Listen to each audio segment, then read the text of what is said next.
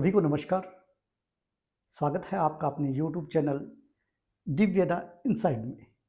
आज हम language across the curriculum यानी पाठ्यचर्या में भाषा, उसमें हमारा टॉपिक रहेगा बहुभाषिकता।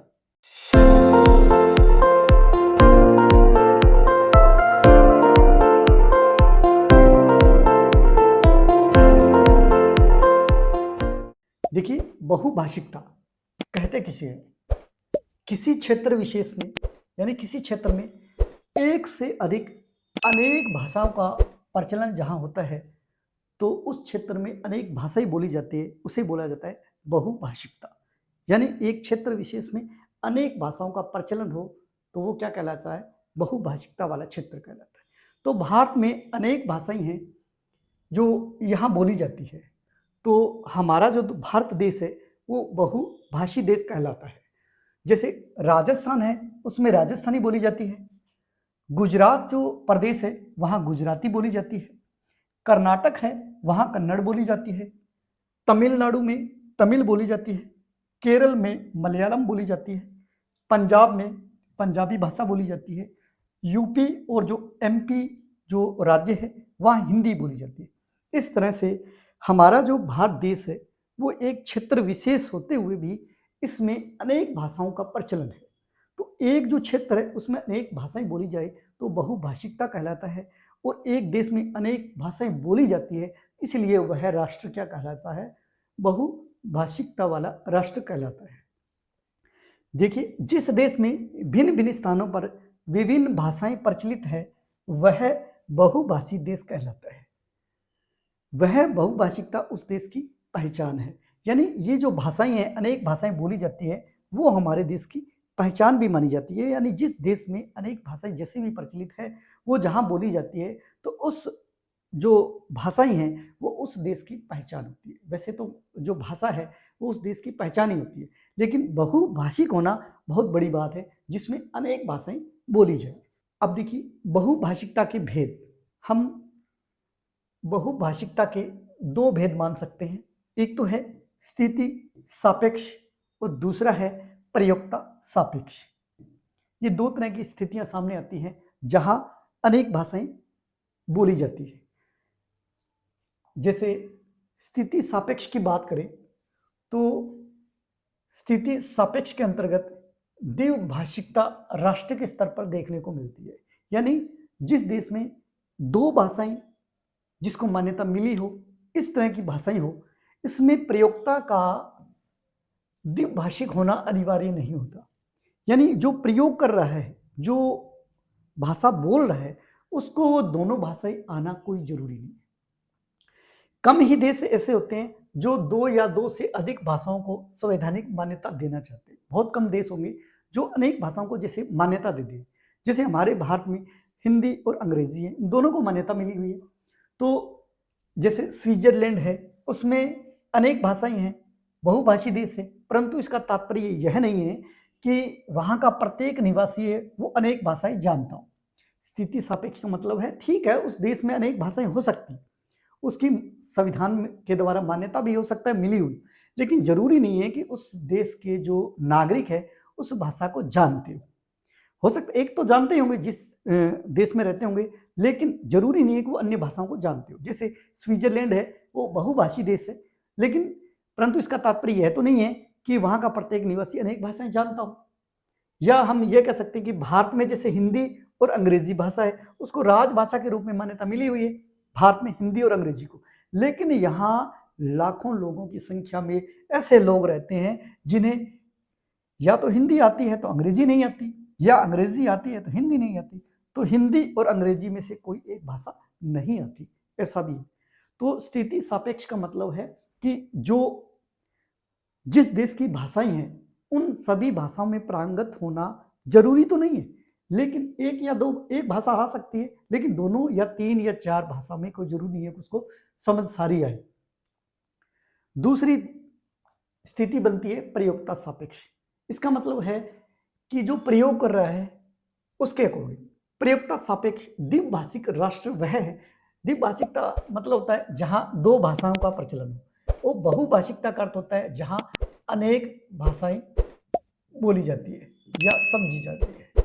बहुभाषिकता, तो देखिए द्विभाषिक वह राज्य है जिसमें प्रयोक्ता एक से अधिक भाषाओं में पूर्ण अथवा आंशिक दक्षता रखता हो। यानी इसमें जो प्रयोग कर रहा है भाषा को, वो भाषाएं एक नहीं, वो अनेक भाषाएं जानता हो। जिसे हो सकता है कि मान लो हिंदी आती हो, साथ साथ में उसे अंग्रेजी भी आती हो सकता है उसे संस्कृत भी आती हो। तो इस तरह से अनेक जो भाषाएं जानता है वह प्रयोक्ता सापेक्ष। यानी प्रयोक्ता सापेक्ष द्विभाषी या बहुभाषिक वह है जिसमें प्रयोक्ता एक से अधिक भाषाओं में या तो पूर्ण यानी अच्छी तरह से भाषाएं आती हो या उसे आंशिक दक्षता जरूर रखता हो, ऐसा। उसके बाद में बहुभाषिकता के कारण क्या है। जैसे किसी देश में अनेक भाषाएं बोली जाती है, इसके कारण कई हो सकते हैं। जैसे हमने लिए बहुभाषिकता के प्रमुख कारण निम्नलिखित हैं। नंबर 1 है ऐतिहासिक कारण। अब इतिहास भी कहता है कि इस तरह से भाषाएं ना एक देश दूसरे देश की भाषा को आत्मसात कर लेता है। कारण ऐतिहासिक कारण भी है। जैसे कई देशों में बहुभाषिकता का कारण इतिहास में भी देखा जा सकता है। उन लोगों ने उस बहुभाषिकता को या तो स्वयं स्वीकार किया है या फिर परिस्थितियों ने उन्हें दूसरी भाषा सीखने के लिए विवश कर दिया हो। जैसे हम बात करें, मान लो हमारा भारत देश है, उस पर अंग्रेजों ने राज किया काफी समय। तो उस समय जो अंग्रेजी जिनको बोलनी आती थी, तो उन्होंने जो भारतीय उनको उच्च पदों पर अधिकारी भी बनाए। तो मजबूरन वंश या मजबूरी के तरीके से उन्होंने उस भाषा को आत्मसात भी किया। तो ऐतिहासिक कारण भी है कि जो देश जिस भाषा को जानता है, इसके अलावा भी अनेक भाषाएं सीख सकता है। उसके कई कारण हो सकते हैं। जैसे ऐतिहासिक कारण, मजबूरन उनको अंग्रेजी सीखनी पड़ी क्योंकि उनके अकॉर्डिंग हमें चलना भी होगा। तो परिस्थितियों ने उन्हें दूसरी भाषा सीखने के लिए विवश कर दिया और उस समय अंग्रेजी भाषा को भी सीखने के लिए लोग लाइनों में लगने लग गए। उसके अलावा अनेक भाषाएं से सीख सकते हैं, कोई जरूरी नहीं है। जैसे हम भारत देश की बात करें या अन्य देश है जिस पे अन्य देशों ने राज किया है, तो उसको भाषा उसकी सीखने के लिए वो मजबूर हो गए। जैसे मान लो अमेरिका ने किसी देश पे अटैक किए और उस देश पर अमेरिका ने अपना वर्चस्व स्थापित कर लिया, तो उसमें जो रहने वाले लोग हैं वो वहाँ अमेरिका के हो गए। तो जो नागरिक जिस देश के थे वो उनकी भाषाएं भी आपस में वार्तालाप करना या यूं कहे कि जो बातचीत है उसका तरीका अपनाने लगे। तो ऐतिहासिक कारण भी है। उसके बाद में राजनीतिक कारण, ये कारण भी है। जैसे किसी अन्य देश द्वारा राजनीतिक आक्रमण, जैसे भारत पर इंग्लैंड का अधिकार जो हमने अभी बात की, जैसे ऐतिहासिक कारण में सैन्य आक्रमण, सेना ने, या आक्रमण भी कह सकते हैं। राजनीतिक कारण हम ये भी कह सकते हैं कि जैसे हमारा ये युद्धाभ्यास मानते हैं, अमेरिका और भारत का युद्धाभ्यास है। अब ठीक है, राजनीतिक कारण है कि हमें एकता के सूत्र में बांधना है पूरे विश्व को, तो हमने उनकी सेना भी बुलाई, हमारी सेना भी बुलाई और उसके बाद में उन दोनों सेनाओं को एक साथ ट्रेनिंग दी। तो उनकी भाषा आपस में कैसे सीखे, तो ये भाषा सीखने का तरीका हो गया। तो ये राजनीतिक कारण में आ गया।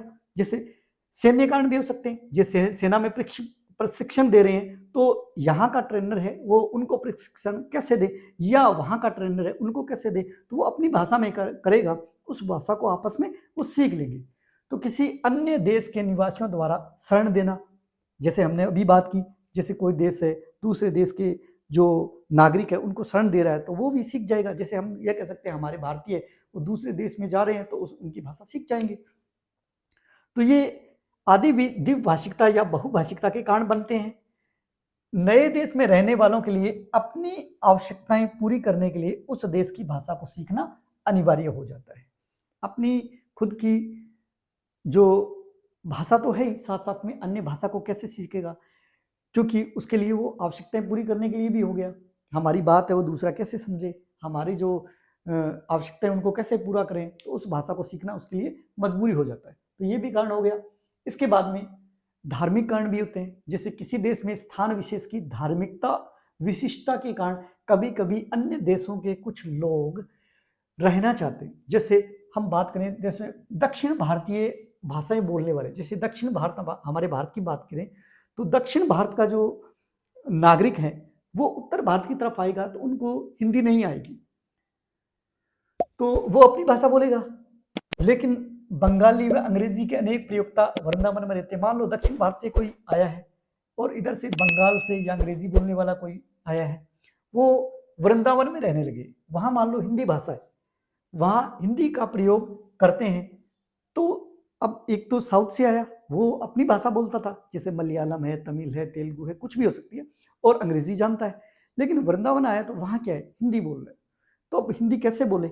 अब ये कारण धार्मिक कारण भी है, क्योंकि उनको रहना वही है, सीखना भी वही है, और उनके साथ ही रहना है। तो वो अपनी आवश्यकताएं या अपने विचार को साझा कैसे करे, या उनके विचारों को आत्मसात कैसे करे, तो उन भाषाओं को सीखना उनके लिए ये धार्मिकता का प्रमुख कारण हो सकता है।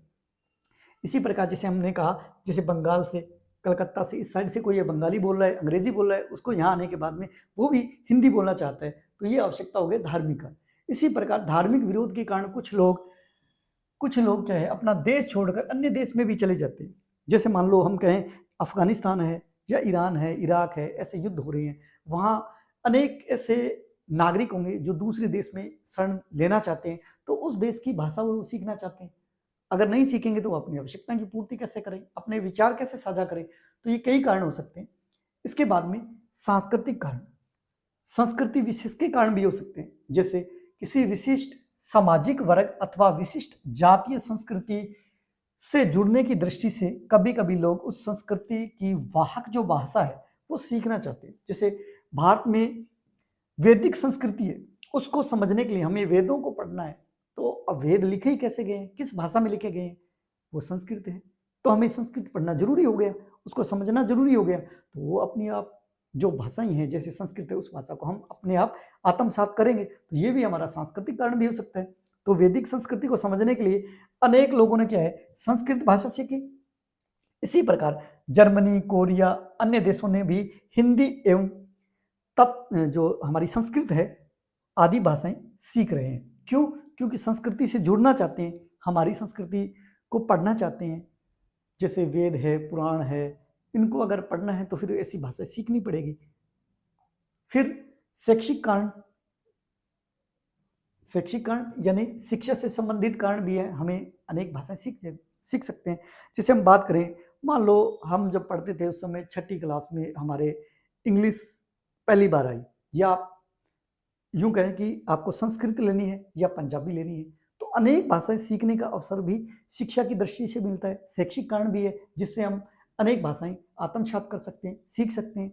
तो शैक्षिक दृष्टि से देखिए, अपने ज्ञान में वृद्धि करने की इच्छा से भी अनेक लोग अन्य भाषाएं सीखते हैं।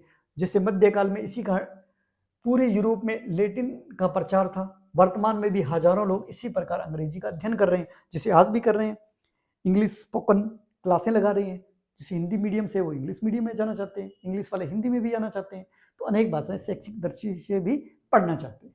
फिर कुछ आर्थिक कारण भी हो सकते हैं, जैसे किसी विशिष्ट सामाजिक वर्ग अथवा विशिष्ट जातीय संस्कृति से जुड़ने की दृष्टि से कभी कभी लोग उस संस्कृति की वाहक जो भाषा है उसको सीखना चाहते हैं। ये तो संस्कृति से संबंधित आ गया। हम आर्थिक दृष्टि से बात करें, जैसे हमें पैसे कमाने हैं, मान लो मैं हिंदी पढ़ा रहा हूँ, लेकिन मुझे लग रहा है कि आज का ज़माना है वो इंग्लिश मीडियम का है, तो मुझे क्या है, इंग्लिश में ट्रेनिंग लेनी होगी। अब इंग्लिश भाषा मैंने किस वजह से सीखी? क्योंकि मुझे पढ़ाना इंग्लिश में है। अब मेरा आर्थिक कारण क्या रहा कि मैं पैसे कमाना चाहता हूँ। तो ये कारण भी हो सकता है कि अनेक भाषाएं वो सीख सकते हैं। मान लो कोई दूसरे देश में जाना चाहता है, अमेरिका चला गया, उसको वहाँ की भाषा आनी चाहिए ना, तभी वो वहाँ जा पाएगा, वहाँ जा पाएगा तभी वो सीख पाएगा कुछ। और वहाँ से अगर पैसे कमाने हैं तो वहाँ जाने के लिए वहाँ का जो कल्चर है उस भाषा को हमें सीखना पड़ेगा। तो आर्थिक कारण भी हो सकते हैं। इस तरह से हमने बहुभाषिकता के कई कारण पढ़े, जिनमें प्रमुख कारण जो 6 पढ़े। अब देखिए, बहुभाषिकता जैसे हमने यहां से पढ़ा, बहुभाषिकता यानी एक क्षेत्र विशेष में अनेक भाषाओं का प्रचलन है, तो वो क्या हो जाता है, वो क्षेत्र बहुभाषिकता, उस क्षेत्र को बोलते हैं कि अनेक भाषाएं यहाँ प्रचलन में हैं।